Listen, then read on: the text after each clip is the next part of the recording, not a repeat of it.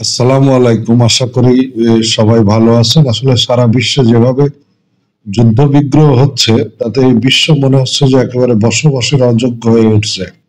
তো এর মধ্যে আবার নতুন করে ছড়িয়ে পড়ছে বাণিজ্য যুদ্ধ। বিশেষ করে আমেরিকার প্রেসিডেন্ট ডোনাল্ড ট্রাম্প গত 20 জানুয়ারি ক্ষমতা গ্রহণের পর থেকে উনি অভিবাসী নিয়ে যে ধরনের পদক্ষেপ গ্রহণ করেছেন সেটা নিয়ে ইতিমধ্যে তার বিরুদ্ধে মামলা হয়েছে এবং বাণিজ্য বিষয়ে উনি যে যে পদক্ষেপ নিচ্ছেন তাতে বিশ্বের বড় বড় মোড়ল দেশগুলোর সাথে আমেরিকার আসলে বাণিজ্য যুদ্ধ একেবারে নিশ্চিত হয়ে পড়েছে। মার্কিন যুক্তরাষ্ট্রে 10% শুল্ক কার্যকর হওয়ার পরপরই পাল্টা ব্যবস্থা হিসাবে মার্কিন পণ্যের উপর 10 থেকে 15% শুল্ক আরোপের ঘোষণা দিয়েছে চীন। এই পদক্ষেপটি বিশ্বব্যাপী বাণিজ্য যুদ্ধের নতুন এক অধ্যায় শুরু করেছে, যেখানে দুই দেশ একে অপরকে বাণিজ্যিকভাবে চাপে রাখতে শুল্ককে হাতিয়ার হিসেবে ব্যবহার করেছে। চীন ঘোষণা করেছে যে মার্কিন কয়লা এবং তরলীকৃত প্রাকৃতিক গ্যাস আমদানির উপর 15%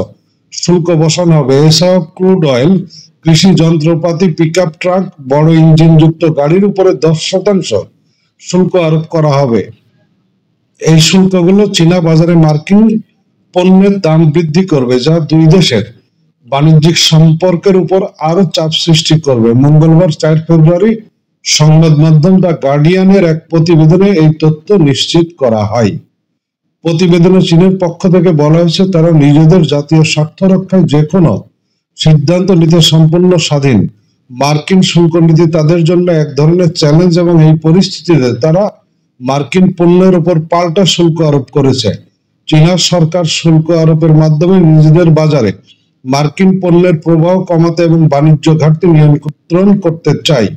চীনের পররাষ্ট্র মন্ত্রণালয়ের এক বিবৃতিতে জানানো হয়েছে, আমরা কখনোই মার্কিন যুক্তরাষ্ট্রের কোনো উস্কানি সহ করব না, তবে যথারীতি কঠোর পাল্টা ব্যবস্থা নেব। চীন তাদের জাতীয় স্বার্থের সুরক্ষায় পদক্ষেপ নিয়েছে, বিশেষ করে একাধিক পণ্য বা খাতের উপর শুল্ক আরোপ করে।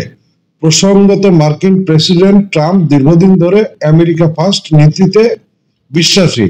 তার প্রশাসন চীনের বিরুদ্ধে কঠোর বাণিজ্যিক পদক্ষেপ নিয়েছে এবং 10% চীনা পণ্যের উপরে শুল্ক কার্যকর করেছে। ট্রাম্পের দাবি, চীনের সঙ্গে যুক্তরাষ্ট্রের বাণিজ্যিক ঘাটতি কমানো এবং দেশীয় শিল্প রক্ষা করাই তার শুল্ক আরোপের মূল উদ্দেশ্য।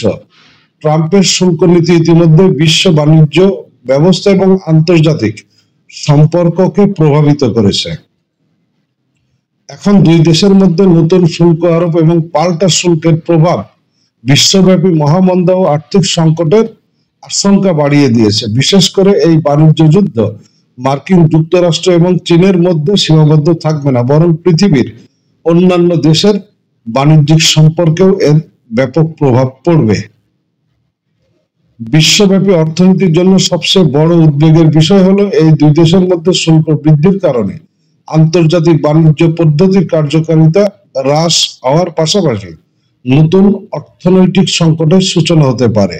যেহেতু চীন বিশ্বের সব থেকে বড় উৎপাদক এবং যুক্তরাষ্ট্র একটি বৃহৎ ভোক্তা বাজার, তাদের মধ্যে বাণিজ্যিক যুদ্ধের কারণে বাজারে অস্থিরতা দেখা দিতে পারে। এদিকে ট্রাম্প যুক্তরাষ্ট্রের শুল্ক নীতি আরো বিস্তৃত করার পরিকল্পনা করেছে। ইউরোপীয় ইউনিয়ন এবং অন্যান্য দেশকে শুল্ক আরোপের হুঁশিয়ারি দিয়েছেন। এই পরিস্থিতি অন্যান্য দেশগুলোর জন্য চ্যালেঞ্জ হয়ে দাঁড়িয়েছে, কারণ তাদেরও আন্তর্জাতিক বাণিজ্যিক সম্পর্কের উপর বড় ধরনের প্রভাব পড়তে পারে।